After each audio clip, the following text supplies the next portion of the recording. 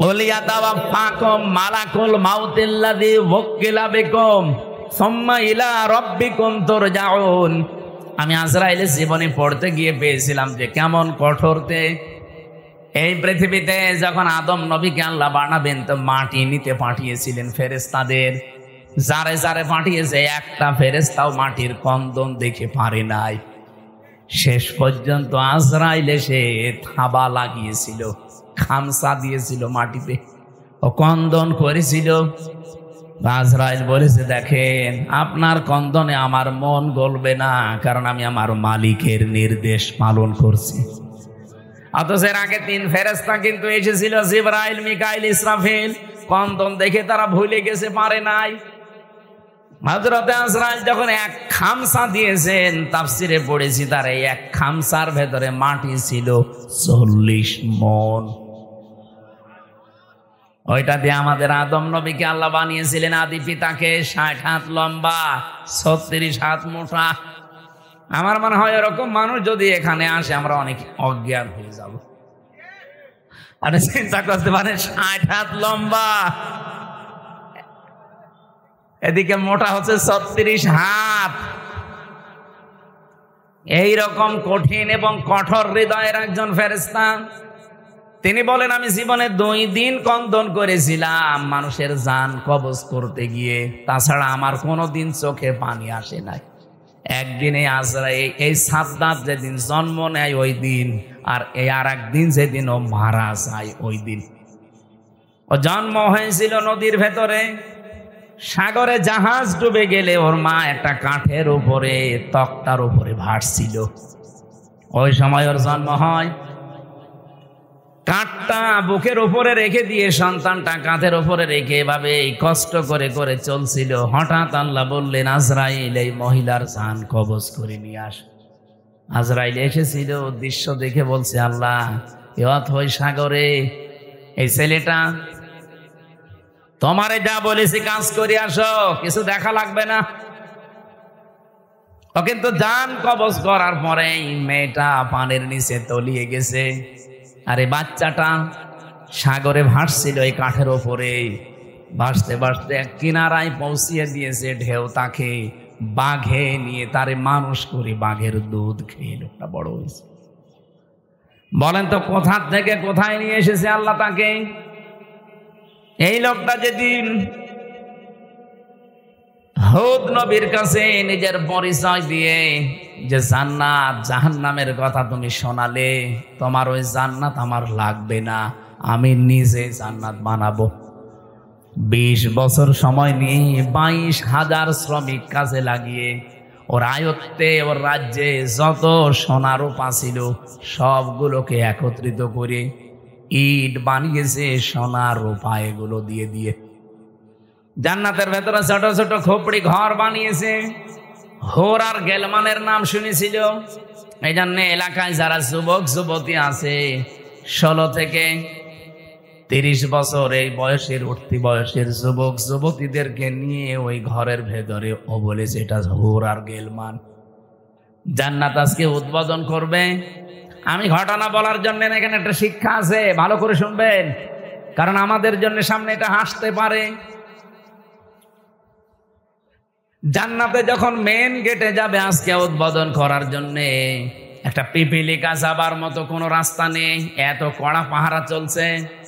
হঠাৎ করে দেখে জান্নাতের মেন গেটে একজন ফকির বেশে লোক বসা।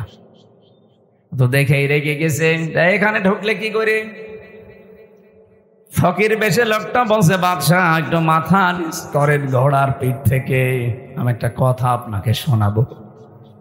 বলে এখন না, পরে তোমার কথা শোনা যাবে, আমি আগে জান্নাত উদ্বোধন করে নেই। হযরতে আজরাইল ছিল ফেরেশতা। অনেক ডাক দিয়ে বলছে, দেখেন আমি একবার যার কাছে আসি জীবনে ডবল আমার আর আশা লাগে না। আমি ফকির বেশে এসেছি, মনে হচ্ছে ফকির, আমি কিন্তু দুনিয়ার সাধারণ ফকির না, আমি আজরাইল। এই জানটা কবজ করবে। আল্লাহ রাব্বুল আলামিন নির্দেশ দিয়েছেন, ইযা জাআজালুহুম লা ইয়াস্তাখিরুনা সাআতাও ওয়ালা ইয়াস্তাকদিমুন। যখন যার কাছে আজল চলে আসে মানে মরণ, ওকে আমি 1 সেকেন্ড আগেও দেই না পরেও দেই না, নির্ধারিত সময় তুলে নেই। এই লোকটা জোর করে বলেছিল ফেরেশতা একটু সময় দাও, আমি শুধু বানানো জান্নাত এক নজর দেখেই চলে আসবো, তখন আমার জান নিয়ে নিও, আমার কোনো আফসোস নেই। ফেরেশতা বলেছে না, জান্নাতের চৌকাঠ পর্যন্ত স্পর্শ করার কোনো অনুমতি আমার কাছে নেই। ঘোড়ার পিঠ থেকে লোকটা তারপরও জোর করে নামতে গিয়েছে, ওখান থেকে জান কবজ করেছে ঘোড়ার পিঠ থেকে। তাফসিরে তাবারিতে দেখেছি জান্নাতের চৌকাঠ স্পর্শ করার আগে ও মাটিতে টাস করে পড়ে গেছে। এখানে আমার কয়েকটা শিক্ষা পেলাম, আপনারা হয়তো টের পাচ্ছেন না, তাই আমি কিন্তু টের পেয়েছি। এখানে শিক্ষাগুলো কি? তাফসিরে তাবারি না, আপনি এমন সময় ডিস্টার্ব করলেন, ভণ্ডামি করার জন্য এসেছে।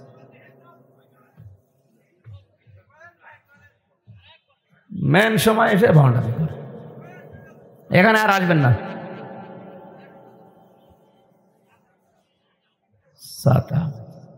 এত কষ্ট করে একটা বান্দাইল দিলাম, এক বেদের মেয়ে এসে বান্দাল ভেঙে দিয়েছে।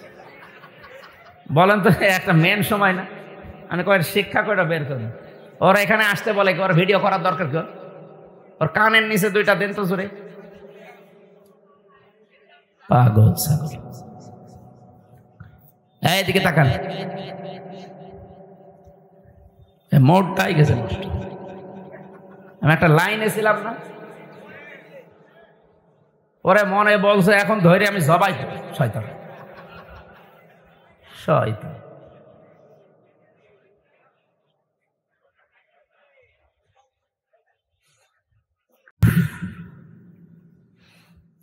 নাটোরবাসী আজরাইল বলেন এই দিন ও যখন আমার কাছে অনুমতি চাইছিল যে 20 বছর একাধারে 22,000 শ্রমিক কাজ করে, আমি বিশাল আকাঙ্ক্ষা নিয়ে আসি যে একটু প্রবেশ করে চলে আসবো, আল্লাহর নির্দেশ ছিল না। আমি এই দিন ওর জান কবজ করতে গিয়ে কেঁদে ফেলেছিলাম। তাহলে আজরাইল কেঁদেছে একটা লোকের জন্য জীবনে 2 বার, একবার ওর মায়ের জান কবজ করার সময়, একবার ওর জান। মুফাসসির বলেন কেন আল্লাহ তাকে চৌকাঠ পর্যন্ত স্পর্শ করতে দেয় না জানো? যখন হুদ নবীর কাছ থেকে জান্নাতের বর্ণনাগুলো শুনি জান্নাত বানাচ্ছিল, নবীকে বলছে কিভাবে আল্লাহ জান্নাত বানিয়েছে, তোমার তো ওই সহিফার ভেতরে আছে, ওই সহিফা থেকে বলো দেখি। আমাদের নবীকে আল্লাহ বড় কিতাব দিয়েছিলেন, অন্যান্য নবীদেরকে আল্লাহ ছোট ছোট কিতাব দিয়েছিলেন, ওইটার নাম কি? সহিফা। ওখানে জান্নাত জাহান্নামের বর্ণনা ছিল, কিছু উপদেশ ছিল। ওখান থেকে বর্ণনা শুনেছে জান্নাত এইভাবে আল্লাহ বানাবে, ও ঠিক ওই কায়দায় বানিয়েছে। যেহেতু স্বর্ণ রাখবে, রূপা লাগবে, স্বর্ণ এত পাওয়া যাবে কোথায়? যেখানে যা পাওয়া যায় নিয়ে আয়। ওই দেশে একটা বিধবা মেয়ে লোক, মা বাবা নেই, কিছুদিন আগে বিয়ে হয়ে স্বামীটা গেছে মারা। ওর পাইক পিয়াদা যারা আছে ওরা সেই মেয়েটাকে বলছে ওইটা দিয়ে দাও, বাদশার স্বপ্ন পূরণে জান্নাতে কাজে লাগবে। মেয়েটা ওই দিন মাথায় গড়াগড়ি দিয়ে, মাটিতে গড়াগড়ি দিয়ে বলেছিল এটা নেবেন না, এটা আমার জীবনের শেষ সম্বল, আমার মা বাবা নেই, আমার স্বামীটাও নেই। জোর করে বাদশার এই স্বপ্ন পূরণের জন্য নিয়েছে। ওদিন মেয়েটা মাটিতে গড়াগড়ি দিয়ে এমন কন্দন করে বরদোয়া দিয়েছিল যে রব্বুল আলামিন আমার জীবনের শেষ সম্বলটুকু যে কেড়ে নিল, তাকে তুমি তার বানানো জান্নাত উদ্বোধন করা বসবাস করতে দিও না। আমি হাদিসে পড়েছি ইত্তাকি দাওয়াতাল মাজলুম ফাইন্নাহা লাইসা বাইনাহু ওয়া বাইনাল্লাহি হিজাব, মুসলিম শরীফের হাদিস। নবীজি বারবার উম্মতদেরকে নিষেধ করে গেছেন, উম্মতেরা আর যাই করো, মাজলুমের বরদোয়া থেকে নিজেকে বাঁচিয়ে রাখবা সব সময়, কারণ মাজলুমের বরদোয়ার আল্লাহর ভেতরে কোনো হেজাব থাকে না। এই মেয়েটা যখন মাটিতে গড়াগড়ি দিয়ে কেঁদে কেঁদে বরদোয়া দিচ্ছিল, আমার আল্লাহ ওই দোয়াটা সঙ্গে সঙ্গে কবুল করে নিয়েছে, কারণ কোনো পর্দা নেই।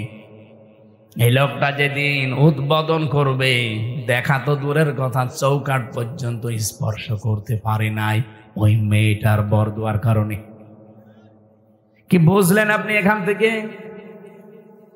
কত জায়গায় কত অত্যাচার জুলুম করেছিল, কিন্তু এই একটা বিধবা, স্বামী হারা, মা বাপ হারা এতিম মেয়ের শেষ সম্বলটুকু কেড়ে নেওয়ার কারণে আল্লাহর আরশ পর্যন্ত ধাক্কা খেয়েছে। আপনি বলতে পারেন না যে 15.5 বছরে কত মানুষের হাজারি এই জালেমার সাথে লেগেছিল? এমনি আল্লাহ এভাবে ধরেছে, কল্পনার বাইরে ছিল। আগস্টের 5 তারিখের 2টা পর্যন্ত কেউ জানে না যে ও পালাবে।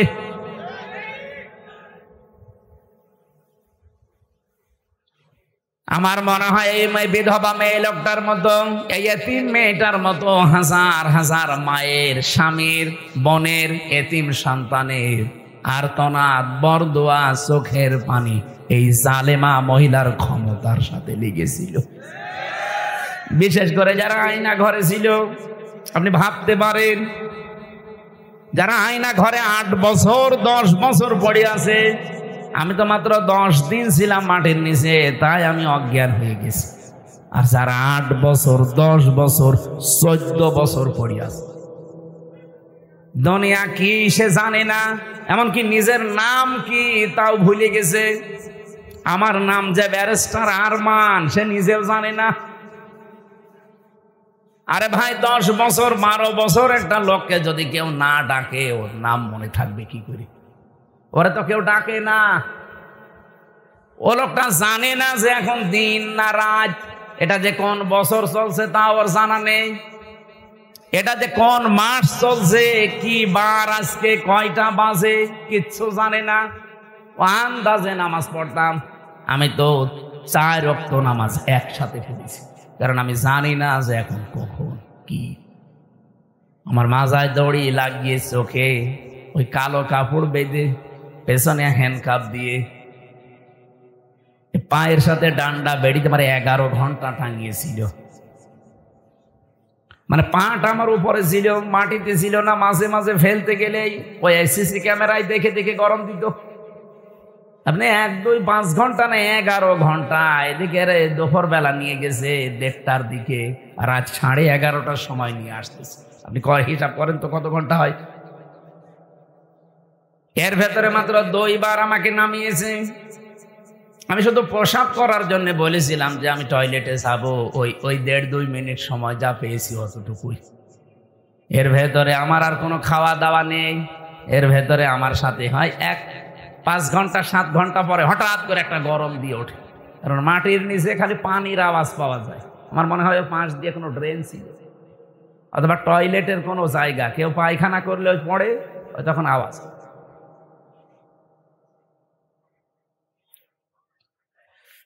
তাও তো আমি মিনিটায় ছিলাম। বিগটা কত কঠিন হতে পারে বলেন? আমি ব্যারিস্টার আরমান ভাইয়ের মুখে নিজে শুনেছি যে এদিকে 3.5 হাত, এদিকে 3.5 হাত, সামনে আবার একটা টয়লেট দেওয়া আছে।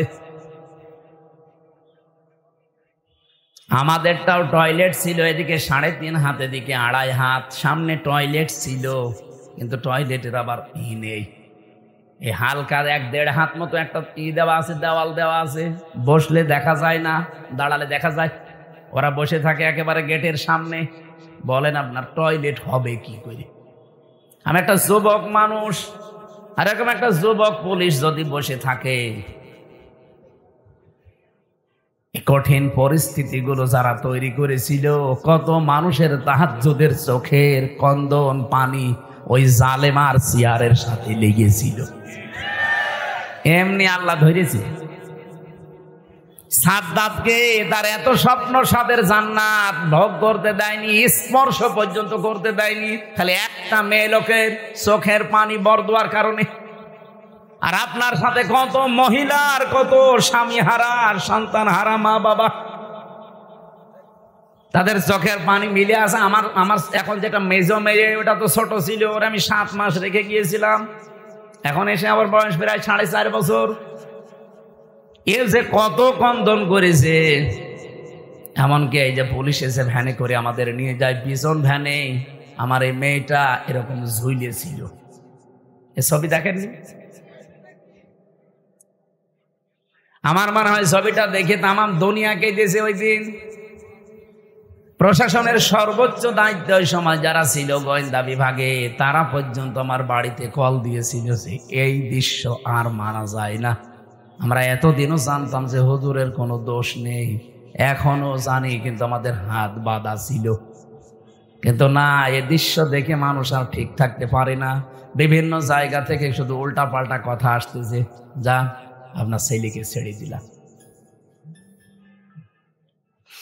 আমার ভাইরা, আমি এখান থেকে তাফসিরের যে শিক্ষাটা দিতে চাই আমি নিজে এবং আপনাদেরকে, শুধু আপনাদের না, এটা রেকর্ড হচ্ছে, সারা পৃথিবীর মানুষ যারা আছে, জুলুম করলে কিন্তু কাঙ্ক্ষিত স্থানে পৌঁছানো যায় না। এটা কি কোরআনের কথা বিশ্বাস করেন? এই জন্য আগামীতে কেউ যদি আসেন দায়িত্বে, জুলুম করবেন না। তাহলে আপনি যে টার্গেট নিয়ে এগিয়ে যাচ্ছেন, ওই টার্গেট ফিল আপ হওয়ার আগে আপনি পড়ে যাবেন। আমার কথা বোঝা গেছে? ইন্নামা নুমলি লাহুম লিয়াজদাদু ইসমা ওয়া লাহুম আযাবুম মুহিন। সূরা আলে ইমরানে আছে 4 নাম্বার পারা 12 নাম্বার পৃষ্ঠা 9 নাম্বার লাইনে পাবেন, এটা শেষের অংশে আছে। আল্লাহ তাআলা বলেন, কোন মানুষ যদি জুলুম করে, পাপ করে, সীমা লঙ্ঘন করে ফেলে, তখন আমি আল্লাহ ওকে আর ছাড় দেই না, তখন ওকে কঠিন এবং অপমানজনক আযাবের ভেতরে ফেলে দেই। কি অপমান! আজ তামাম দুনিয়া কেউ হাসিনাকে নিতে রাজি না। শুধুমাত্র ভারত তাও বিভিন্ন কায়দা কৌশলে রেখেছে। আমি আজকে 7-8টা বিষয় পেয়েছি কেন ওকে রেখেছে।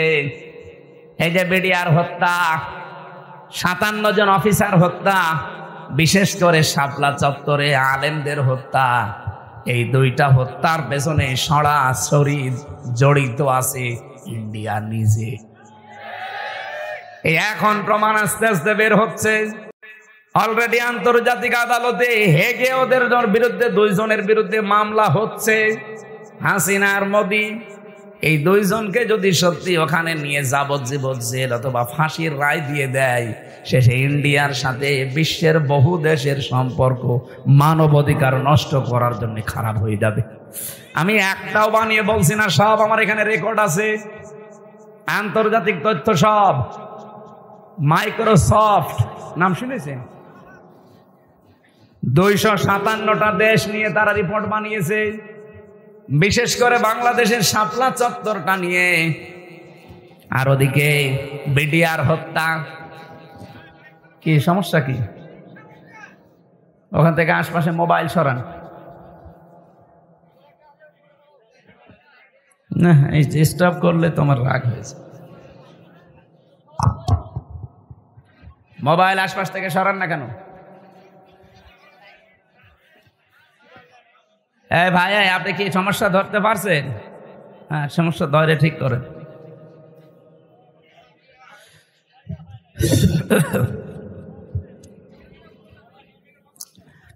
আমার ভাইরা, যে কথা তুলেছিলাম, এখান থেকে আমার নিজের কাছে এই কথা মনে হচ্ছে।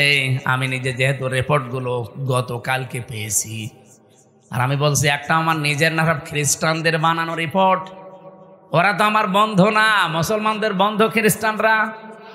ওরা যখন এগুলো দিয়েছে আগস্টের 5 তারিখের পর থেকে আজকে মে মাসের 5 তারিখ চলছে, এই একাধারে 9 মাস বারবার ইন্ডিয়া এদিকে বিএনপিকে ধরে, জামাত ইসলামকে ধরে, রাজনৈতিক যত দল আছে বড় বড়, তাদেরকে বারবার, বিশেষ করে সেনাবাহিনী যারা আছে এদেশে, এদেরকে চেষ্টা করেছে যে কোনো কায়দায় যেন এটা বন্ধ করা যায়।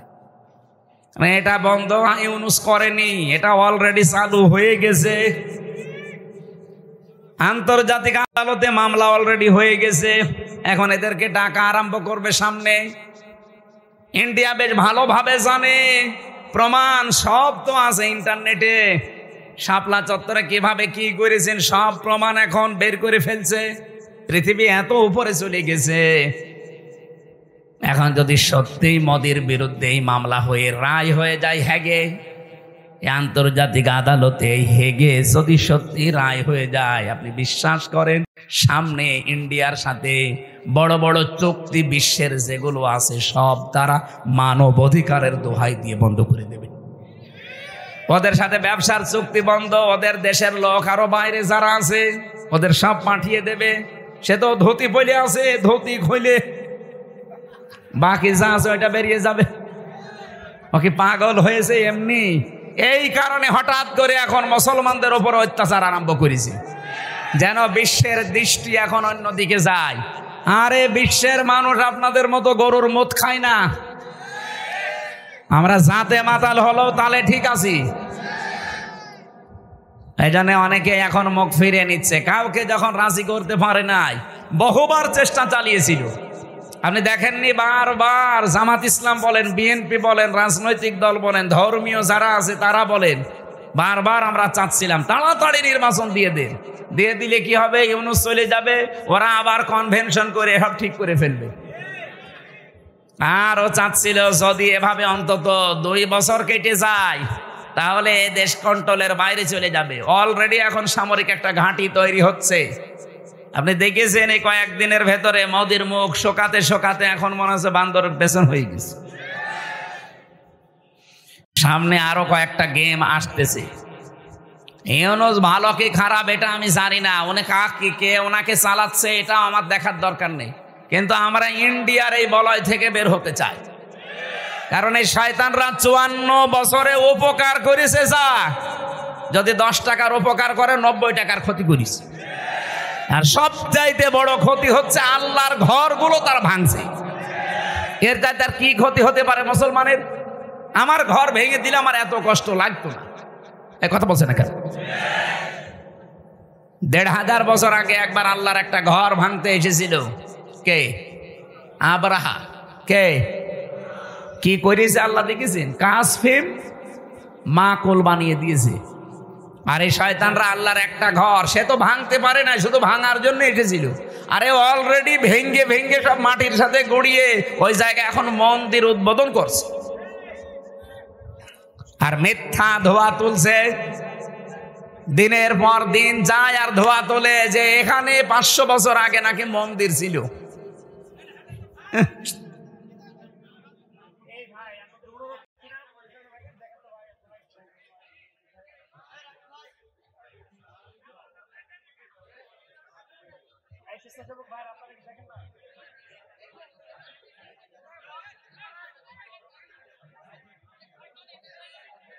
এই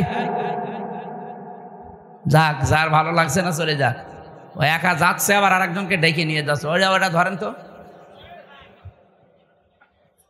আপনি আস্তে করে চলে যেতে পারছেন না?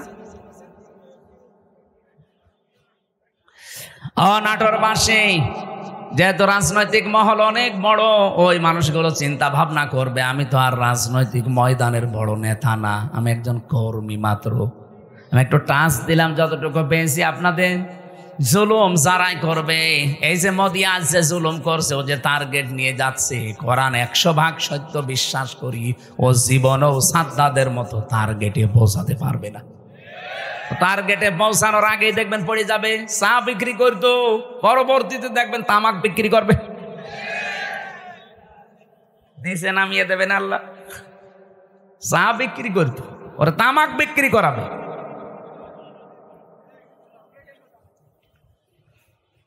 অলরেডি দাঙ্গা বাঁধিয়ে দিয়েছে ভারতে। গত পরশুদিনও দেখলাম 2 জন মুসলমান দাড়িওয়ালা ধরে সরাসরি জবাই করছে। এখন ওর হাতে আর দুনিয়ার কিচ্ছু নেই, শুধু এইটাই আছে পুঁজি যে মুসলমানদের বিরুদ্ধে হিন্দুদের উস্কিয়ে দিয়ে এদের দাঙ্গা তৈরি করে একটা ফায়দা লড়বে, ঘোলা পানিতে মাছ শিকার।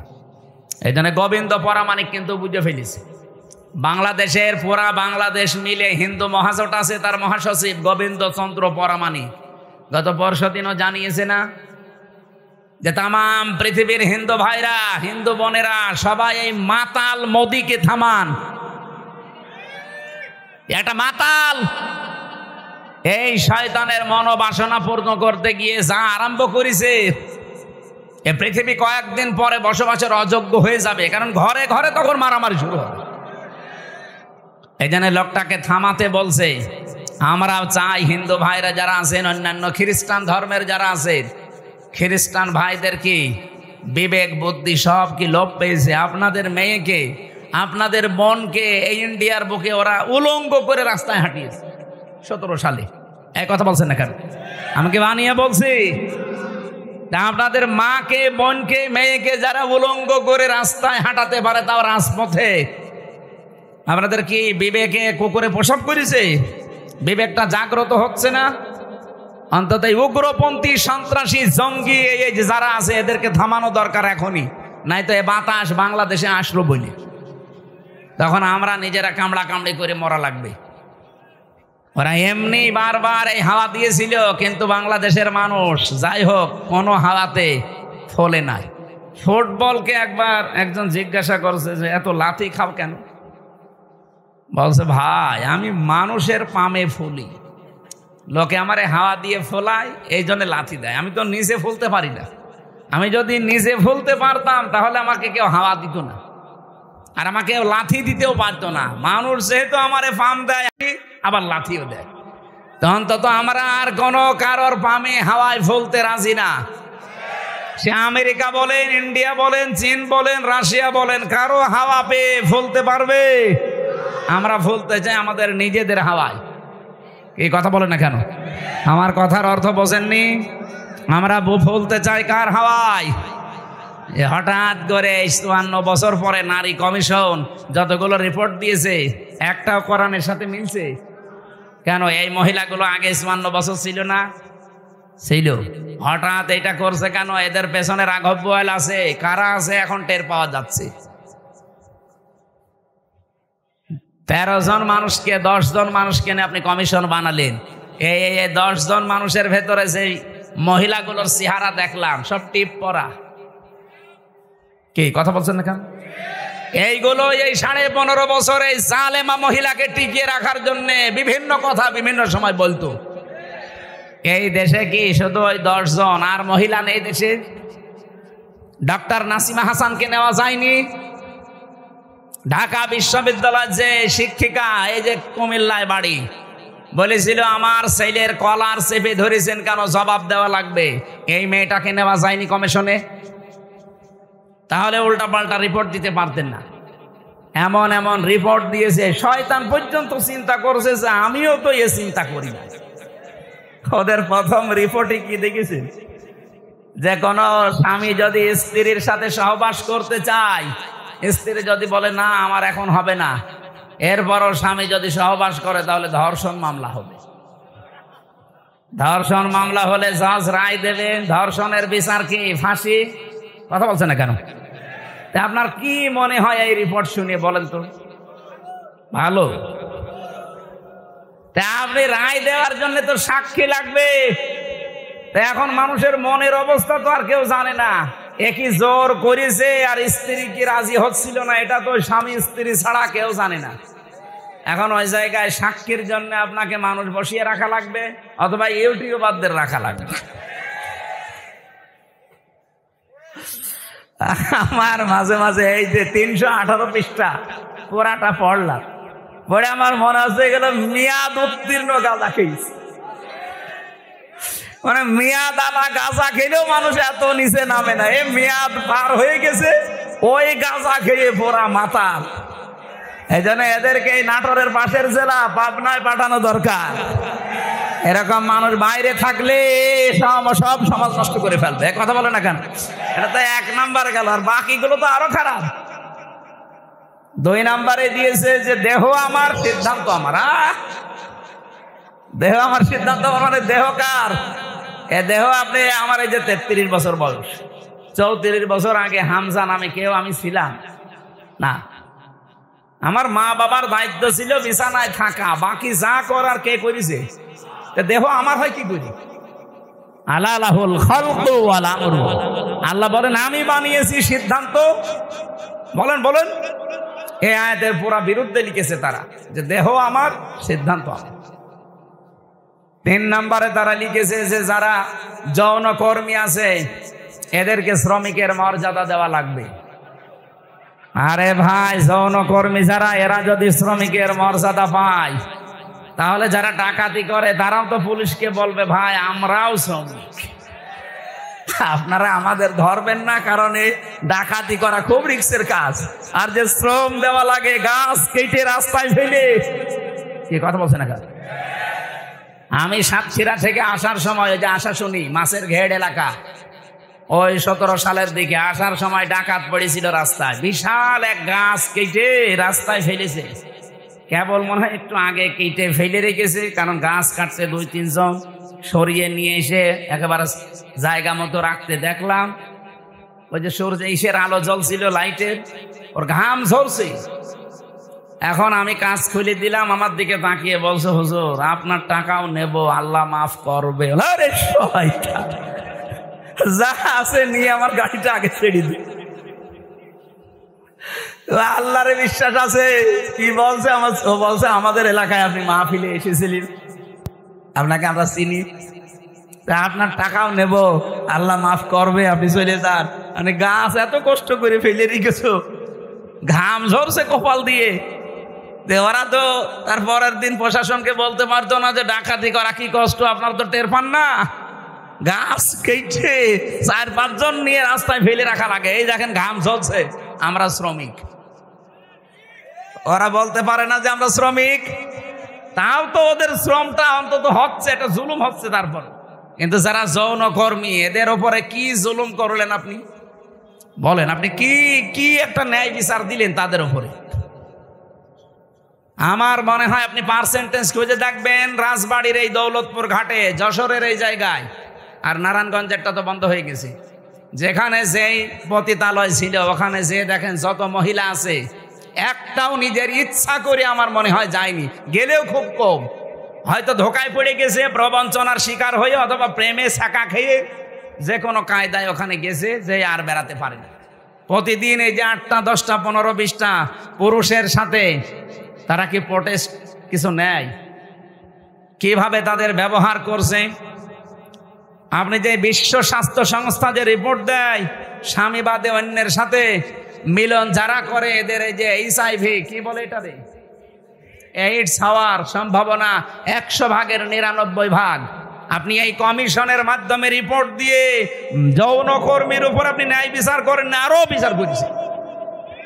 ওদের সব এইডসের দিকে ছেলে দিয়ে, আমার মনে হয় ওরাও 2 দিন পরে দেখেন মিছিল বের করবে যে নারী কমিশন তো মানা দূরের কথা, ওদের ফাঁসি দিয়ে দিন। শয়তানরা আমাদের জীবনের উপর আরো অত্যাচার বাড়িয়ে দিচ্ছে। শুধু HIV, ওদেরকে এই যে 1 লক্ষ মানুষ আজ দেহ ব্যবসা করে সারা বাংলাদেশে, মানে একেবারে যেগুলো সরকারি হিসাবে, এই মানুষগুলোকে আমার মনে হয় আলেমদের পরামর্শ নিয়ে সরকারের যে বাজেটগুলো আছে এখান থেকে টাকা পয়সা দিয়ে এদের পুনর্বাসন করে দিন, হয় একটা কর্মসংস্থান দেন সম্মানজনক, তারা সম্মানজনক জীবন নিয়ে, তারা পরিবার নিয়ে, দরকার হয় যদি সেরকম পরিবেশ পায় বিয়ে শাদী করে জীবন চালাক। যে সমস্ত দেশ আছে যেখানে পতিতালয় চলে না, সেই দেশগুলো দেশে শ্রীকে নেই, চলছে না পৃথিবীতে। আপনাকে কোন কারণে এই পাপের কাজ করা লাগবে? যেখানে জেনা ব্যভিচার ওপেন হয়ে যায়, সেই দেশে আমার আল্লাহর রহমতের দৃষ্টি আল্লাহ তুলে নেয়, গজবের দৃষ্টি নিক্ষেপ করে। বলেন নাউজুবিল্লাহ। এই দেশটাকে গজবে ফেলে দেওয়ার জন্য এরা কাজ করছে, আর এদের পেছনে কিছু রাঘব পোহাইল আছে। এই জন্য আমরা বলতে চাই, এই কমিশন মানা তো দূরের কথা, এই কমিশন যা রিপোর্ট দিয়েছে, রিপোর্ট না, ও কমিশনই মানে আমরা মানি না। ওদেরকে এই মুহূর্তে বাতিল করে হয় পাবনায় দিয়ে দেন অথবা ফাঁসি দিয়ে দেন। হ্যাঁ, আপনারা রাজি নেই? হয় ওদের স্থান পাবনায় দেবেন, নাই ফাঁসি দেবেন। কোরআনের 13টা আয়াতের উপরে হাত দিয়েছে ওরা।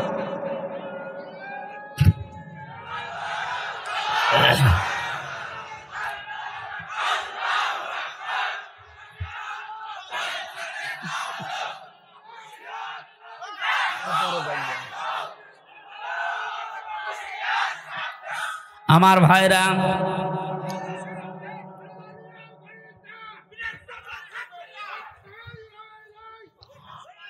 আমার যে কথা বলছিলাম আমি বৃষ্টি নিয়ে, আল্লাহ রাব্বুল আলামিন এই পৃথিবীতে যে বড় বড় 4টা রহমতের ঘোষণা দিয়েছিলেন, তার 1 নম্বরে ছিল বৃষ্টি, 2 নম্বরে ছিল কন্যা সন্তান।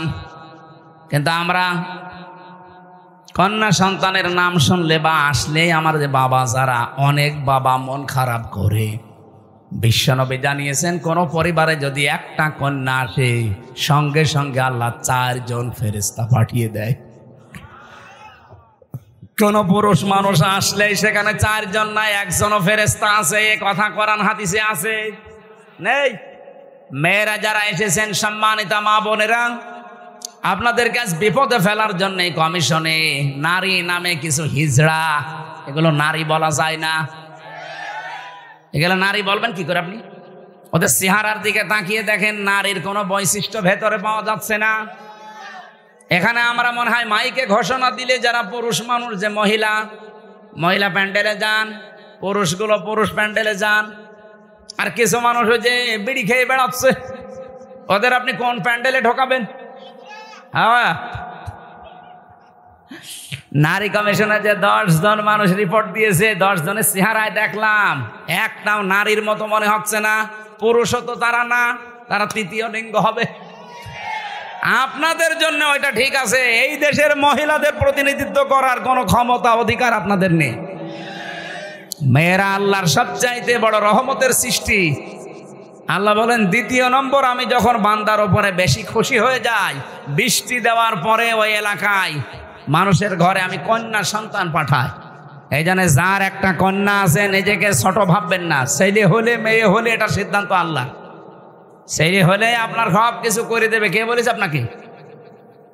মেয়ে হলে দুনিয়া আখেরাত দুইটাই উজ্জ্বল হয়ে যাবে। দুনিয়া তো আছেই, যদিও আমাদের এই দেশে ইসলাম না থাকার কারণে মেয়েদের অনেক অধিকার নষ্ট হচ্ছে। ইসলাম আসলে অধিকারগুলো পঙ্খানো মেয়েরা ফিরে পাবে। ওরা মেয়েরা মেয়েদের নাম দিয়ে বলেছে এদের অধিকার নেই, সমান অধিকার এদের দেওয়া লাগবে। কিভাবে দেবেন আপনি? আমি পুরুষ মানুষ, হাফ প্যান্ট পরে আমি খেজুর গাছে অন্তত রস পাড়তে পারবো, মেয়েরা পারবে? আমি এখন আমার মনে হয় শুধুমাত্র এই মাজা থেকে হাঁটু পর্যন্ত ঢাকা থাকলে, নাভি থেকে একটা প্যান্ট পরে এখান থেকে কুষ্টিয়ায় চলে যেতে পারবো, কোনো অসুবিধা নেই। একটা মেয়ে লোকে যেতে বলে তো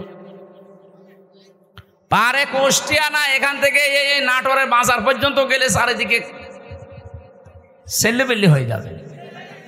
আর ওদের বলে সমান অধিকার দেওয়া লাগে।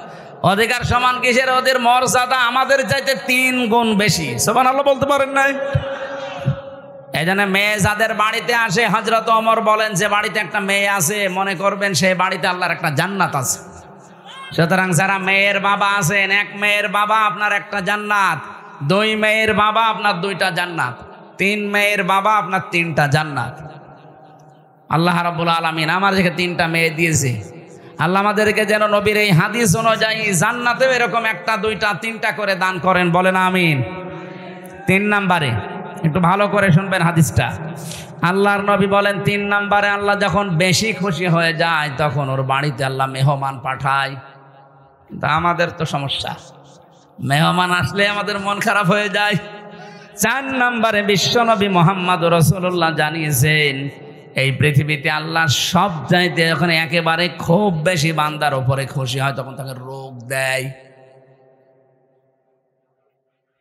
এই জন্য রোগ শোক হলে আপনার জীবনের অপরাধগুলো আল্লাহ মাফ করেন। জানা অজানা যত অপরাধ করেছিলেন এগুলো আল্লাহ আস্তে আস্তে রোগের কারণে, যদি জ্বর হয় এই জ্বরের কারণে একটা গুনাহ আল্লাহ মাফ করে দেয়। পথে চলতে ফিরতে হোঁচট খেয়েছেন, হোঁচট খেয়ে হঠাৎ করে নখ ভেঙে গেছে, রক্ত বের হচ্ছে, মনে করবেন আমার একটা গুনাহ আল্লাহ মাফ করে দিয়েছে। এই জন্য রোগ শোক হলে আল্লাহর কাছে শিকায়েত করা না, অভিযোগ করা না, আরো শুকরিয়া করা দরকার। যদিও দুনিয়ায় কষ্ট হচ্ছে, এই কষ্টের মাধ্যমে আমার জীবনের পরবর্তী যে জীবন আমার আখিরাতের শুরু হচ্ছে, এটা শান্তি, স্বস্তি এবং কল্যাণময় আল্লাহ করার চেষ্টায় আছে। সুবহানাল্লাহ। নবীজি বলেন 4টা রহমত তো মানুষ খারাপ ভাবে অসন্তুষ্ট হয়, পছন্দ করে না, কিন্তু 4টা গজব আছে দুনিয়ায়। এই 4টা গজব পেলে মানুষ খুব খুশি হয়। 1 নম্বরে যৌতুক। এটা কি? এটা গজব। এইটা পেলে আমরা খুশি না বেজার? সে হুজুর বলেন আর খেজুর বলেন, সবাই যৌতুকের জন্য খুশি, অথচ যৌতুকের টাকা খাওয়া আর পায়খানা খাওয়া এটা সমান না? না, সমানও না। কারণ পায়খানা খেলে একটা গোনা হয়, আর যৌতুকের টাকা নিলে ডবল গোনা হয়। একদিকে তো কবিরা গোনা, আর একটা জুলুমের গোনা। মেয়ের বাপের খুশি ছাড়া, তার মন থেকে খুশি হওয়া ছাড়া তার বাড়িতে ছেলের বাড়ির লোকজন যে একটা পান খাওয়াও জায়েজ নেই। কি কথা বলছেন না? আমি কি বানালাম এটা? হাদিস। নবীজি বলেন, যতদিন আমার যতগুলো বিবাহ করেছি, যত মেয়েকে বিয়ে দিয়েছি, আমার একটা মেয়েকে কোনোদিন যৌতুকের টাকা দিয়ে, সম্পদ দিয়ে বিয়ে দেওয়া লাগে নাই। প্রতিটি বিয়েতে আমি আমার মেয়েদের এবং আমার বিয়েতে আমি অলিমা করেছি। কি করেছি বলেন তো? অলিমা কি ছেলের বাড়ি হয় না মেয়ের বাড়ি? বলেন বলেন। মেয়ের বাড়ি বলল কে? মেয়ের বাড়ি অলিমা হবে কেন? মেয়ের বাড়ি হয় বরযাত্রী মানুষ যায়, অথচ বরযাত্রী ইসলামে নেই। নাটোরবাসী আজকে থেকে সিদ্ধান্ত নিয়ে বাড়ি যাবেন, জীবনে আর কোনোদিন কারো বরযাত্রী যাব না। আজকের ওয়াজ শুনতে এসে ভুল করেছে, জীবনে খাওয়া দাওয়া বন্ধ হয়ে গেল। আরে ভাই, ইসলামে যেটা নেই ওটা আপনি করে আনন্দ পাবেন, ওটা ডবল গুনাহ হবে। কারণ এমনি জায়েজ নেই, তারপর আপনি আনন্দে আনন্দে গিয়েছেন। হ্যাঁ, যদি কেউ দাওয়াত দিতে আসেন বলবেন যে অলিমা করেন, আমি আপনার বাড়ির দরকার 5 দিন যেয়ে খাবো। এই জন্য যৌতুক আজকে থেকে বন্ধ। যৌতুক মনে করেন শুধু টাকা নিয়ে, ফ্রিজ নিয়ে, টেলিভিশন নিয়ে, মোটরসাইকেল নিয়ে না। মেয়ের বাবার বাড়ি থেকে যদি তার অনুমতি ছাড়া, তার খুশি ছাড়া যদি একটা পানও কেউ খায়, ওইটাও যৌতুক। যে ছেলে খাক, ছেলের বাবা খাক, আপনি ছেলের আত্মীয় স্বজন যে খাবেন কি করে? আশা করছে এটা আজকে থেকে বন্ধ করে দেয়। এটা হিন্দুদের কালচার, আমরা মুসলমানরা এটা মানতে পারি না। 2 নম্বরে এটা একটু সমস্যা আছে, এটা বলবো। নবীজি বলেন, সবচাইতে বেশি আমার আল্লাহ খুশি হয় ওই 4টা কাজ করলে।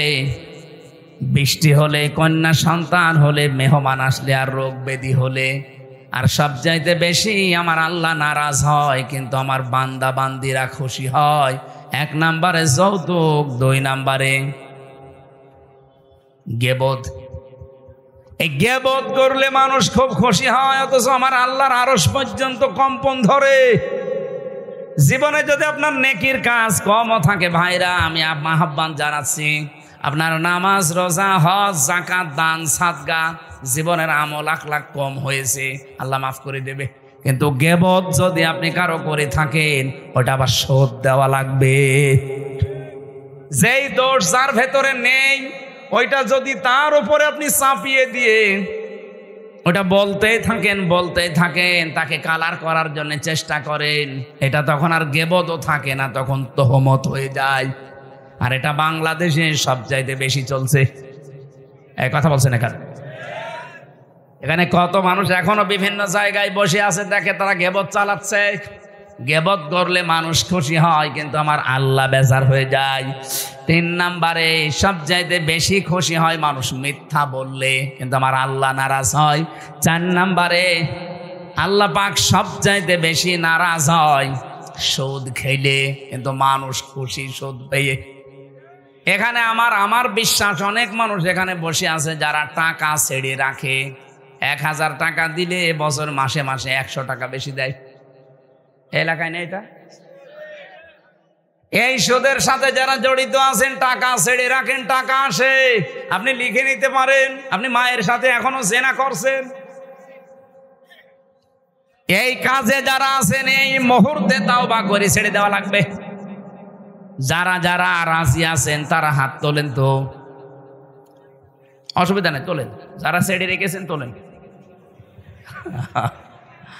আপনি বুঝে ফেলেছেন, চালাক আছে নাটোরে মানুষ, কাঁচা গোল্লা খাওয়া মানুষ তো খুব চালাক আছে। হাত তুলে আবার নামিয়ে ফেলেছে। না, আমি জানি এখানে বহু মানুষ এরকম আছে, যেই মানুষগুলো টাকা ছেড়ে রেখে এসেছে, মাহফিল শেষ করে ওই টাকা সকালে যেয়ে তুলবে। সুদের টাকা তুললে সবচাইতে নারাজ হয় বেশি কে? আর সবচাইতে বেশি খুশি হয় সে নিজে। সুতরাং এই 4টা রহমত, 4টা গজব বেজার হয় আল্লাহ 4টা কাজে। আর আমরা নিজেরা বেজার হই 4টা কাজে। আল্লাহ আমাদেরকে কন্যা সন্তান যেহেতু রহমত, বৃষ্টি যেহেতু রহমত, এই পৃথিবীতে মেহমান আসা রহমত, আল্লাহ রোগ ব্যাধি দিয়েছে এটাও রহমত। এগুলো পেয়ে নারাজ না হয়ে এগুলোর সঠিক এবং পরিমার্জিত ব্যবহার করার তৌফিক কামনা করছি। সকলে বলেন আমিন। আমার আজকের আমি বিষয় আলোচনা সাজিয়েছিলাম যে আল্লাহর দল কারা, আল্লাহর দলের বৈশিষ্ট্য। এই পৃথিবীতে এখন দল কত আছে আপনি হিসাব করতে গেলে কলম খাতা নষ্ট হয়ে যাবে। বাংলাদেশে প্রায় 73টার উপরে দল আছে। আমি অল্প কথায় মেন কথাগুলো, অল্প সময় মেন কথাগুলো বলতে চাই। একটু বসেন, জবান খুলে সূরা মায়েদার এই 54 নম্বর আয়াত মেন কথাগুলো বলবো ইনশাল্লাহ। আল্লাহ পাক বলেন, ইয়া আইয়ুহাল্লাযীনা আমানু মাইয়ারতাদ্দা মিনকুম আন দীনিহি ফাসাউফা ইয়াতিল্লাহু বিকওমিন। ঈমানদারেরা, এই পৃথিবীতে কোনো মানুষ যদি আল্লাহর দিন থেকে ফিরে চলে যায়, আল্লাহর ইসলাম থেকে, তোমাদের ভেতরে সেই চলে যাবে, সঙ্গে সঙ্গে আমি আল্লাহ একটা নতুন সিদ্ধান্ত নিয়ে ফেলি। ফাসাউফা ইয়াতিল্লাহু বিকওমিন, এমন একটা দল, এমন একটা জাতি, এমন একটা গোষ্ঠী তৈরি করে দেই, ইউহিব্বুহুম ওয়া ইউহিব্বুনাহু, যারা আমি আল্লাহকে ভালোবাসে, আমি আল্লাহ নিজেও তাদেরকে ভালোবাসি। বলেন সুবহানাল্লাহ। অনাটোরবাসী যেহেতু এই দেশে এখন প্রায় 73টার উপরে শুধু দল চলছে, 49টা আছে রাজনৈতিক নিবন্ধিত দল, বাকি আছে নিবন্ধনের বাইরে।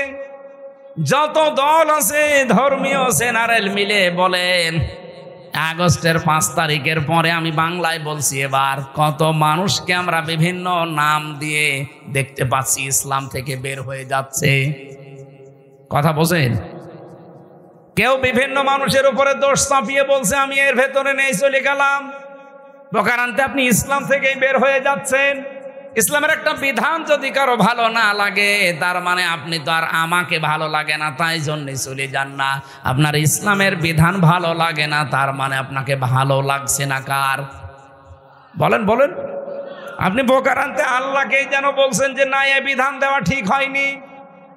হামজা তো বাবার কথা জীবনেও বলতে পারে না, ও বলবে আমার আল্লাহর কথা। আল্লাহর কথায় যেমন নামাজ পড়ো আছে, আল্লাহর কথায় যেমন যাকাত দাও আছে, আল্লাহর কথায় ঠিক এইটা আছে যে আমার এই কোরআনকে প্রতিষ্ঠা করো। তা আমি নামাজের ওয়াজ করলে আপনার খুব ভালো হুজুর মনে হয়, রোজার ওয়াজ করলে আপনার কাছে ভালো ওয়াজ মনে হয়, কিন্তু যখনই বলে এই নামাজ রোজার শিক্ষা যেটা, এটা কায়েম করা লাগবে। নামাজের শিক্ষা 27টা, রোজার শিক্ষা 4টা। এইগুলো যদি আমি এখন বাংলায় কায়েমের কথা বলি এই সমাজে, যেটা কায়েম করা দরকার কোরআন দিয়ে, তখনই আপনার কাছে রাজনীতি মনে হয়। আপনি কি আমার চাইতে কোরআন বেশি বোঝেন? আপনি কি শামীম ওসমানের মতো হয়ে গেছেন? বলছে আমি কি ইসলাম বুঝি না? আমাদেরকে ইসলাম বোঝাতে আসবেন না। প্রতিদিন নাকি উনি 72 রাকাত নামাজ পড়ে। এটা যে ডাহা মিথ্যা কথা। এখানে যদি আলেম থাকে জিজ্ঞাসা করেন, দেখেন তো সর্বোচ্চ তাহাজ্জুদের নামাজ 8 রাকাত থেকে 12 রাকাত। কি কথা বলছেন? 8 রাকাতের উপরে তাহাজ্জুদের নামাজ আপনি কোথায় পেলেন? খুব বেশি হলেও নাই 12 রাকাতের উপরে আর তাহাজ্জুদের নামাজ নেই। নবীজি হয় 8 রাকাত পড়তেন, নাই 12 রাকাত পড়তেন। এরপরে এই বেতের পড়ে উনি পড়াটা কমপ্লিট করে দিতেন। আর উনি নাকি 72 রাকাত নামাজ পড়ে তাহাজ্জুদ। ওরা দাহা মিথ্যা কথা। ও রাত 2টা 3টায় মাল খেয়ে ঘুমায়, ও তাহাজ্জুদ ফজরের নামাজে তো পড়ে না। আপনি তো ইসলাম থেকে বের হয়ে গেছেন প্রকারান্তে হামজার উপরে দোষ চাপিয়ে, যে ওদের দোষ আছে, 24-এর দোষ, 71-এর দোষ, 47-এর দোষ। এই কথা না বোঝার ভান করে থাকবেন না। আগস্টের 5 তারিখের পরে বহু মানুষকে আমরা দেখলাম আল্লাহর দিন থেকে প্রকারান্তে ইসলাম থেকে বের হয়ে চলে যাচ্ছে। ওরা আমাদের ভয় দেখাতে চায় যে আমরা চলে গেলে তোমরা নিরুপায় হয়ে যাবে। আরে ভাই, ইসলাম তো আর আমার না, আর আমি ইসলামের মালিকও না, ইসলামও আমার না, ইসলামের মালিকও আমি না। আমার মালিকও আল্লাহ, ইসলামের মালিকও আল্লাহ। আমি শুধু খাদেম। কথা বলুন। আমি খেদমত করছি, আমার একটা পাওনা বাকি আছে। এই যে সভাপতি সাহেবকে যদি উনি বলে এই জমিনটা আমার, আপনারা কাজ করেন, সারাদিন করেন, বিকাল 5টায় আপনাদের বেতন দিয়ে দেব। এখন বলেন তো জমিনের মালিক কি আমি? মালিক উনি না, আমরা কি কামলা খাদেম, কাজ করে খাই। এই জমিনও আমার না, জমিনে যেটা আমরা বপন করছি, এই বীজ বা ধান লাগাচ্ছি, চারা, এগুলোর মালিকও আমরা না, সবের মালিক উনি। আমরা শুধু টাকা পাওয়ার আশায় আছি, বিকাল 5টায় বেতন দিয়ে দেবে, ওইটা নিয়ে আমার সংসার চলবে।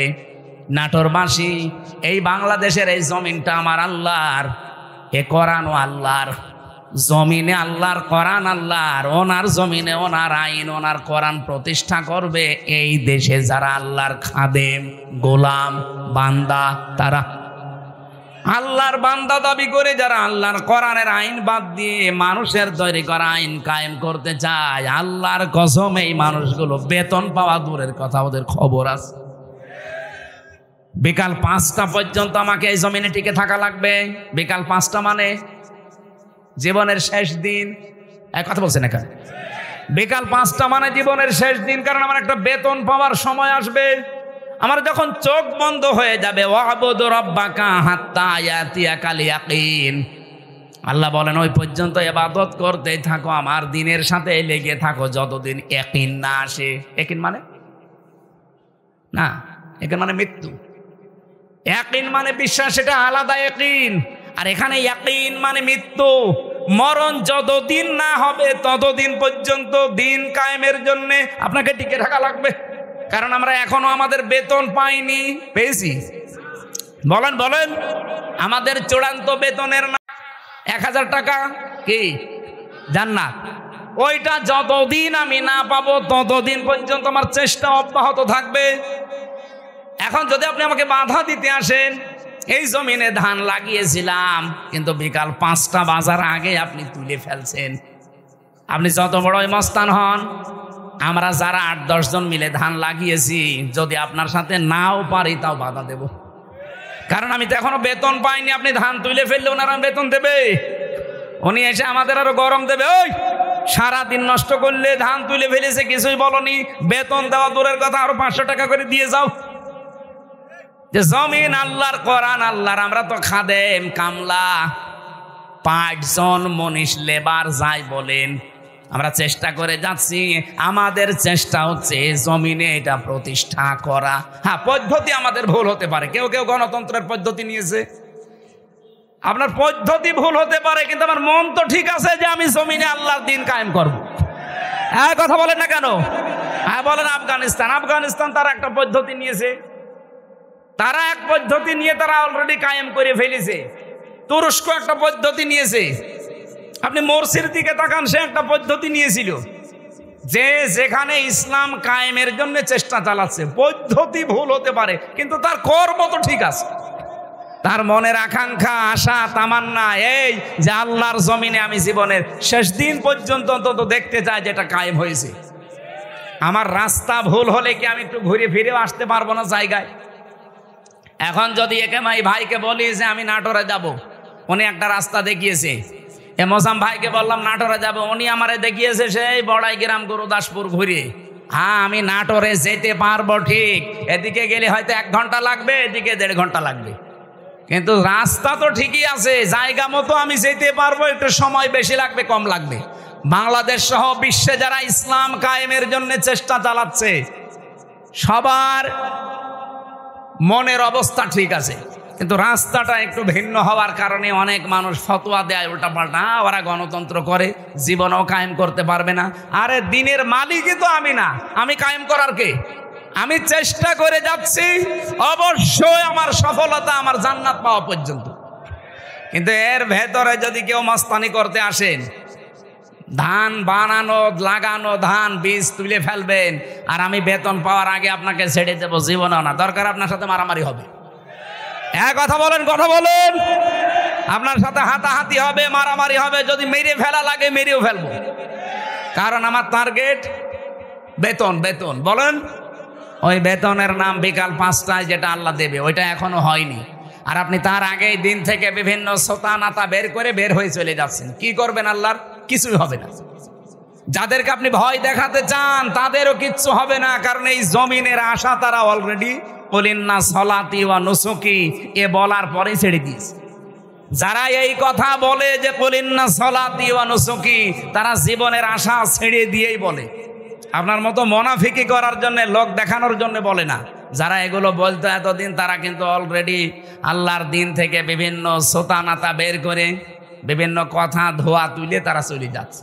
আল্লাহ এই জন্য বলেছেন, যদি কেউ দিন থেকে চলে যায় ফাসাউফা ইয়াতিল্লাহ, অতি শীঘ্রই। যারা আরবি জানে, সাউফা শব্দটা আল্লাহ কেন ব্যবহার করেন? সিন, সাউফা, কদ, লাম, এরকম 13টা শব্দ আছে। কোন সেন্টেন্সের আগে যদি আসে বাংলা অর্থ দাঁড়ায় খুব তাড়াতাড়ি। আল্লাহ বলেন, যদি কেউ দিন থেকে মুখ ফিরিয়ে চলে যায়, আমি শুধু দেখবো, দেখার পরে অতি তাড়াতাড়ি ইয়াতিল্লাহু বিকওমিন, একটা দল তৈরি করে দেব। ইউহিব্বুহুম ওয়া ইউহিব্বুনাহু, তারা কি আমি আল্লাহকে ভালোবাসবে, আমি আল্লাহও তাদেরকে ভালোবাসবো। তাদের গুণাগুণ কি হবে? এই যে আল্লাহর দলের বৈশিষ্ট্যগুলো বলতে আল্লাহ কথাগুলো দিয়েছেন। রব্বুল আলামিন বলেন তাদের গুণাগুণ হবে প্রথমত 3টা, আজিল্লাতিনা আলাল মুমিনিন আইজ্জাতিনা আলাল কাফিরিন। তারা নিজেদের প্রতি মুমিনের প্রতি হবে রহমদিল, কিন্তু কাফেরদের প্রতি হবে তারা কঠোর বজ্রমুঠো। বাংলাদেশে আজ দেখান একটা দল কিন্তু অলরেডি আল্লাহ তৈরি করে দিয়েছে, যারা নিজেদের প্রতি এত রহমদিল, নিজের আপন ভাইয়ের সাথেও তাদের এত ভালোবাসা নেই। আমি আমার নিজেরটাই বলছি ভাই, আল্লাহর কসম, আপনাদের এই যে মোজাম্মেল ভাইয়ের বাড়ি নাটোরে, আমার বাড়ি কুষ্টিয়া, ওনার সাথে আমার আত্মীয়তা নেই, রক্তের সম্পর্কও নেই। ওনার আমি শুধুমাত্র ভালোবাসি একামতে দিনের কারণে। আর এই ভালোবাসা মহাব্বতটা আল্লাহ নিজে পয়দা করে দিয়েছে। কারণ যখন আল্লাহর দিন থেকে মানুষ মুখ ফিরিয়ে নেয়, তখন একটা দল আল্লাহ নিজে তৈরি করে দেয়। ওই দলের প্রথম বৈশিষ্ট্য তারা নিজেদের প্রতি রহমদিল হয়, মহাব্বত ভালোবাসা তৈরি হয়, কিন্তু কাফেরদের প্রতি তারা কঠোর। আপনি একটা আল্লাহর বিরুদ্ধে অবস্থান নিয়ে দেখেন, নাটোর, কুষ্টিয়া, পাবনা থাকবে না। একামতে দিনের কর্মী যারা কুষ্টিয়াও যা, চট্টগ্রামও তাই, সব একবারে রাস্তায় নেমে আসবে। কারণ কাফেরদের প্রতি আমাদের কঠোরতা এটা তৈরি করে দিয়েছে কে? আপনি অন্যান্য কিছু খেয়াল করে দেখেন, তারা নামে কিনা জীবনও পাবেন না। ইউজাহিদুনা ফি সাবিলিল্লাহি ওয়া লা ইয়াখাফুনা লাওমাতা লাইম। তারা আল্লাহর দিন এই জমিনে প্রতিষ্ঠা করার জন্য জিহাদ করবে, সংগ্রাম করবে, চেষ্টা চালাবে, পরিশ্রম করবে, প্রচেষ্টা করবে, কিন্তু কোনো ওয়ালা ইয়াখাফুনা, ভয় পাবে না, লাওমাতা লাইম, কোনো তিরস্কারকারীর তিরস্কারকে তারা পাত্তা দেবে না। আমি যেই দিন থেকে কুলিন্না সলাতি ওয়া নুসুকি ওয়া মাহইয়ায়া ওয়া মামাতি লিল্লাহি রাব্বিল আলামিন বুঝে বুঝে পড়েছি, ওই দিন থেকে কে আমার পেছনে লেগেছে, কে বদ করে, আমার উপরে আন্দাজে দোষ চাপায়, কোনো কিছু আমার মনে আর স্থান নেই। আমার মনে হয় এই দেশে যারা একামতে দিনের কর্মী, আল্লাহর কসম তাদেরকেও আপনি এইভাবেই পাবেন, কোনো তিরস্কারকারীর তিরস্কারকে তারা পাত্তা দেবে। আমাকে রাজাকার পর্যন্ত বলা হয়েছে, কিন্তু আমি কি রাজাকার? আমার 33 বয়সে যদি রাজাকার হয়, কিন্তু এই কথা বলে আপনি দাবিয়ে রাখবেন, আপনি বলবেন ও শিবিরের রক্ষাটা কর্মী, এই কথা বলে দাবিয়ে রাখবেন, ও জামাত ইসলাম করে, ও চরমনার মুরিদ, এই কথা বলে দাবিয়ে রাখতে পারবেন না। কারণ কোন তিরস্কারকারীর তিরস্কারকে আমি থোড়াই কি আর পাত্তাই দেই না। এই গুণটা তৈরি করে দিয়েছে কে? আল্লাহ বলেন যালিকা ফাদলুল্লাহ, এটা আল্লাহর অনুগ্রহ, যাকে তাকে আল্লাহ দেয় না। ইউতিহি মাইয়াশা, যাকে আল্লাহ ইচ্ছা করে তাকে দেয়। সুতরাং এই বাংলাদেশে আল্লাহর দলের বৈশিষ্ট্য 3টা পেলাম। তারা নিজেদের প্রতি রহমদিল হবে, কাফেরদের কোনো বিধান যদি দেখে, কাফেরদের কোনো কাজ কারবার দেখলে তারা বজ্রকণ্ঠ হয়ে যাবে। এতদিন পর্যন্ত যত সংস্কার এসেছে, কোন সংস্কারে বাংলার মুসলমানেরা বাধা দেয়নি? দিয়েছে না? দেয়নি। কিন্তু নারী কমিশন 13টা রিপোর্ট দেওয়ার পরে আমরা বাধা দিয়েছি কেন? কারণ তারা শুধুমাত্র সংস্কার করে না, তারা আল্লাহর কোরআনে হাত দিয়েছে। আর এই জায়গায় তখন আমরা এক হয়ে গেছি। হেফাজত নেই, চরমনা নেই, জামাত ইসলাম নেই, খেলাফত নেই, সব তখন বাংলাদেশে এক। আপনি দেখেননি, সব এক হয়ে বলেছে না এটা তো মানা দূরের কথা, এ কমিশনই মানি না। আমির জামাত ডাক্তার শফিকুর রহমান এটা বলে নাই যে কমিশন তো দূরের কথা, ও কমিশনই মানি না। যদি বেশি ঝামেলা করেন আবার কিন্তু আগস্টের 5 তারিখ আসতেছে। এটা তো আমরা এই এতদিন পর্যন্ত যত সংস্কার করেছেন কোন জায়গায় বাধা দেয়নি, কারণ ওই জায়গায় আল্লাহ রাসূলের বিরুদ্ধে পাইনি। কিন্তু এবার পেয়েছি সরাসরি আল্লাহর বিরুদ্ধে। আজিল্লাতিন আলাল মুমিনিন আইজ্জাতিন আলাল কাফিরিন। আমরা নিজেদের প্রতি ভালোবাসা, মহাব্বত, স্নেহময় স্নেহশীল আছি। বললাম না মোজাম্মেলের সাথে সত্যি বলছি, আমার সম্পর্ক আত্মীয়তার না, রক্তের না, শুধু দিনের, শুধুমাত্র দিনের সম্পর্ক। আমার নিজের আপন ভাই তো নেই, যদি থাকতো সে যদি আল্লাহর দিনের কর্মী না হতো, তার সাথে ওনার মতো মহাব্বত আমার হতো না। কারণ এই মহাব্বতটা পয়দা করে দিয়েছে কে?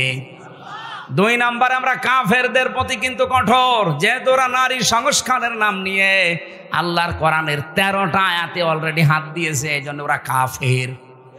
বলেন, আমরা মনে হয় ওদের জানাজা পড়া এখন তওবা না করলে ঠিক হবে না? যারা এই নারী কমিশনে আছেন, যদি সাপোর্টও কেউ করেন, আপনিও কাফের। আপনার প্রতিও আমরা বাধ্য হব কঠোর হতে। আর আল্লাহর দ্বীনে জমিনে কায়েম করতে হয়তো আমাদের রাস্তা, আবার বলছি, তরিকা ভুল হতে পারে, কিন্তু আমাদের মন ঠিক আছে। আমরা চাই আল্লাহর জমিনে আল্লাহর সিদ্ধান্ত চলবে। এই জায়গায় কেউ যদি বাধা দেয়, তিরস্কার করে, উল্টাপাল্টা গালি দেয়, থোড়াই কি আর জীবনে কিছু মনে করি নাই, করবো না। এটা বৈশিষ্ট্য কে দিয়েছে? ইউজাহিদুনা ফি সাবিলিল্লাহ। তারা প্রচেষ্টা করবে, জিহাদ করবে, সংগ্রাম করবে, দল করবে, মিছিল মিটিং করবে, আন্দোলন করবে আল্লাহর জন্যে।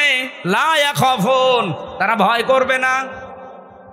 লাউমাতা লাইম, কোন তিরস্কারকারীর তিরস্কারকে আপনি এবার নিজের নিরপেক্ষ দৃষ্টি দিয়ে বলেন। এই যে 3টা গুণ বললাম, সারা বাংলাদেশে তো 73টার উপরে দল আছে।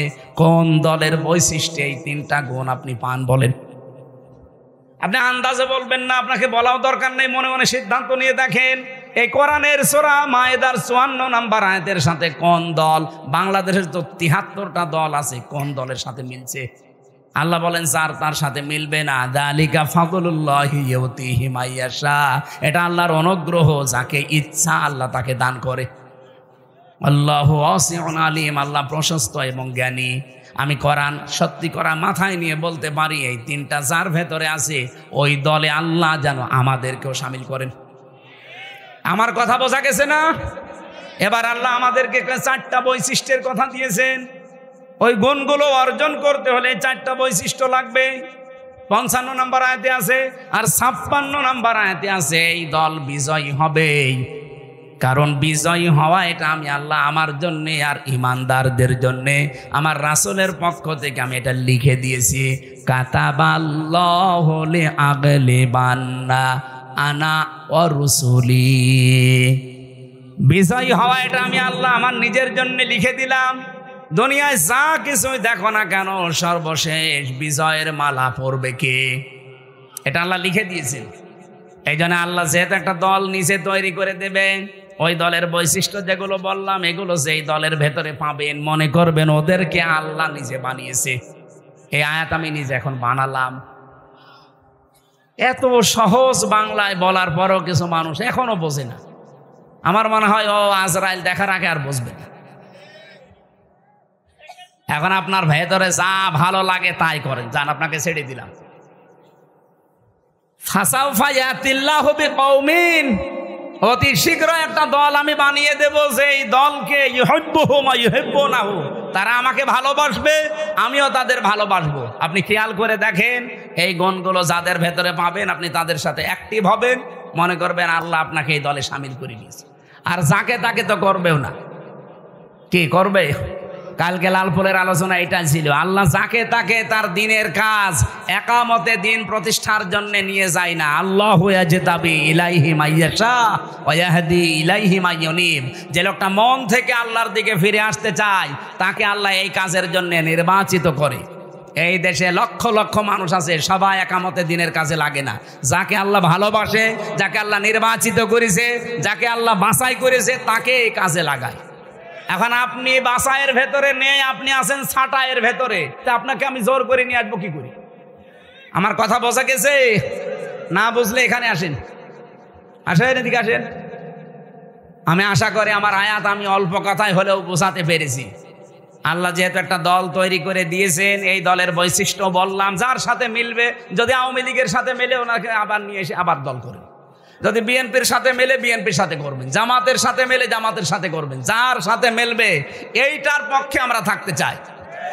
এর বাইরে কোনো বাবা দাদা খালুর কথা আমরা আর শুনতে রাজি না। এতদিন শুনে শুনে কপালে আগুন লাগিয়েছি। আল্লাহ আমাদেরকে যে দল একটা তৈরি করার কথা বললেন, ওই দলের বৈশিষ্ট্য দিলেন, কোরআন থেকে শুনলাম। এই দলে অন্তত দয়া করে আমাকেও যেন সামিল করেন, আমাকে যেন বাছাইয়ের ভেতরে রাখেন, ছাঁটাই করে না দেন। আল্লাহর একটা নিয়ম আছে, ছাঁটাই আর বাছাই। আল্লাহ আন্দাজে কাউকে কেউ খালি খালি ছাঁটাইও করে না, কাউকে বাছাইও করে না। বাছাই করতেও কিছু নিয়ম আছে, ছাঁটাই করতেও কিছু নিয়ম আছে। বাছাই করার নিয়ম কি? এই যে গুণগুলো আস্তে আস্তে পয়দা করে দেবে। আর ছাঁটাই করার নিয়ম হচ্ছে গুণ পয়দা করার জন্য আল্লাহ তার মন তৈরি করে দেয়, কিন্তু এই লোকটার মনই নেই। এই যে গিরিশচন্দ্র সেন, এই লোকটা পুরা কোরআন শরীফের বাংলা করেছে পুরাটা, এবং কি তাফসির লিখেছে, কিন্তু লোকটা মুসলমান হয়নি। আপনি নরসিংদী যান, ওর বাড়িতে ওকে পুড়িয়ে ফেলেছে, ওর বাড়িটা আছে। আমি নিজে গিয়ে দেখেছি। এই লোকটা পুরা কোরআন, আবার জীবনী নিয়ে পড়ছিলাম, পুরা কোরআন শরীফ বাংলা করেছে। আপনি যা তা মনে করছেন, অর্থ করে তাফসির করেছে। আর তাফসির যারা করে, যারা যারা এখানে বসে জিজ্ঞাসা করেন, এক একটা শব্দের কমপক্ষে একাধিক, অন্তত 3টা শব্দের অর্থ তো জানাই লাগবে। দরবা মানে মারা, দরবা মানে দৃষ্টান্ত দেওয়া, দরবা মানে সফর করা, এরকম 33টা অর্থ আছে এক একটা শব্দের। লক্ষ লক্ষ শব্দ আছে, প্রতিটি শব্দের এরকম 33টা কমপক্ষে অর্থ আপনি জানবেন। এ জানার পরে কোন জায়গায় কোন অর্থ সেট হয়, মানে অ্যাপ্রোপ্রিয়েট হয়, পারফেক্ট হয়, ওইটা ওই জায়গায় বসাবেন, তারপরে তাফসির লেখা সহজ হবে। এ হিন্দু আমার চাইতে কোরআন শরীফ কত বেশি পড়েছে। এখানে ইনি আলেম কিনা জানি না, হাসি তো যত আলেম বসে আছে আমি গ্যারান্টি দিয়ে বলতে পারি, একজনও বুকে হাত দিয়ে বলতে পারবেন না যে পুরা কোরআন শরীফের প্রতিটি শব্দের অর্থ আমার জানা আছে। ও পুলিশকে জিজ্ঞাসা করেন, পুলিশও পারবে না। পারবেন না? না, ওরা তো এই লাইনের লোক না, জেনারেলের শিক্ষিত, আলেমরাই পারবে না। আমি নিজেও আমার মনে নেই ভাই, আমি সত্যি কথা বলছি। আমি পড়েছিলাম, পুরাটা শেষ করেছি, তাও 1 বার 2 বার না, কমপক্ষে 70 বারের উপরে জেলখানায় থাকতে পড়েছি। অনার্স মাস্টার্স করার সময় তো কত বার পড়েছি, আমার সব মনে নেই। এখন আবার স্টাডি করা লাগবে। আজকের আয়াতের প্রত্যেকটা শব্দের অর্থ আমার মনে আছে, কিন্তু পুরা কোরআন শরীফের আমার মনে নেই। অথচ বেটা হিন্দু মানুষ, কি মেধা ছিল বলেন তো, প্রতিটি শব্দের একাধিক অর্থ একেবারে নখদর্পণে। তাও যেখানে যেটা খাটে, যেখানে যেটা মিলে মিল হয়, ঠিক ওইভাবে লিখেছে পুরা কোরআন শরীফের। অথচ লোকটা মরে যাওয়ার পরে ঈমান পায়নি, মরে যাওয়ার পরে জানাজা হয়নি, কবরে দেয়নি, আগুন দিয়ে পুড়িয়ে ফেলিস। কারণ ও আল্লাহর বাছাইয়ের ভেতরে ছিল না, ছাঁটাইয়ের ভেতরে ছিল। আল্লাহ আপনাকে বাছাই করবে না ছাঁটাই করবে, এটা আপনার মনের ওপরে। এখন আপনি কি করবেন সিদ্ধান্ত নিয়ে বাড়ি যান। আমি যে জেলখানায় মেয়েদের যে বই লিখেছিলাম, তাদের যে পারিবারিক জীবনের সমস্যা এবং তার সমাধান, বিশেষ করে মেয়েদেরটা আপনারা নেবেন। এটা শুধুমাত্র নারীদের জন্য আর একটা পুরুষের জন্য আছে। এটা পড়া, ওদের পরিবারে যে সমস্যা করে কি কি জিনিস নিয়ে, 120 পৃষ্ঠা, এটা ওদেরকে পড়াবেন, কাজে লাগবে। কোথায় এখানে আছে? ওই যে গাড়িতে আছে, যাওয়ার সময় নিয়েছে, এই যে গাড়িতে। আর এই যে সিস্টেমটা নেবেন, যারা শিক্ষিত মানুষ তারা নেবেন, এটা অনেক তথ্য দিয়েছি। আর মেয়ে যে মাদ্রাসার মাহফিল, তো এরা টাকা পয়সার জন্য আর আবার আহ্বান জানাচ্ছে, টাকা তোলেনি একবার। আরও যারা দিতে চান, যদি থাকে, আপনারা যাওয়ার সময় বিভিন্ন জায়গায় ওদের লোক থাকলে দিয়েছেন। আর হ্যাঁ, ব্যাগ নামিয়ে দেবো আবার। হ্যাঁ, আপনারা কই ব্যাগালা কই? মহিলা প্যান্ডেলে যারা আছে ছোট ছোট বাচ্চাদের পাঠিয়ে দিন। আয় রে আল্লাহ রে, মোনাজাত কি করবে? এই যে 2 ঘন্টা ওয়াজ করলাম, আরে মানুষ এখন চলে যাবে। এটা মোনাজাতটা করে দেন ভাই, টাকা পয়সা দেন না দেন, মোনাজাতটা করে দেন। মাদ্রাসার মাহফিলটা একটু খেয়াল রাখবেন, এই মাদ্রাসা যেন টিকে থাকে, 51 বছর টিকে আছে, এটা যেন কিয়ামত পর্যন্ত থাকে। হয়তো এই মানুষগুলো আর 20 বছর পরে থাকবে না, কিন্তু এটা টিকে থাকে যেন কিয়ামত পর্যন্ত। বাড়িতে যাওয়ার সময় নিয়েন আর ওনাদের লোকজন যেখানে আছে ব্যাগে এটা দিয়ে দিয়েন। আল্লাহুম্মা আমিন। লা ইলাহা ইল্লা আনতা সুবহানাকা ইন্নী কুনতু মিনাজ জালিমিন। আল্লাহুম্মা গফিরলি ওয়ারহামনি ওয়াহদিনি ওয়াফিনি ওয়ারযুকনি ইয়া রাব্বাল আলামিন। আল্লাহ, রাত 12:30 পার হয়ে 11:30 পার হয়ে গেছে। গভীর রজনীতে কোরআনের কিছু মূল মেসেজগুলো আমরা শুনেছি, এগুলোর উপরে তুমি আমাদেরকে কবুল করে নাও। ফাসাউফা ইয়াতিল্লাহু বিকওমিন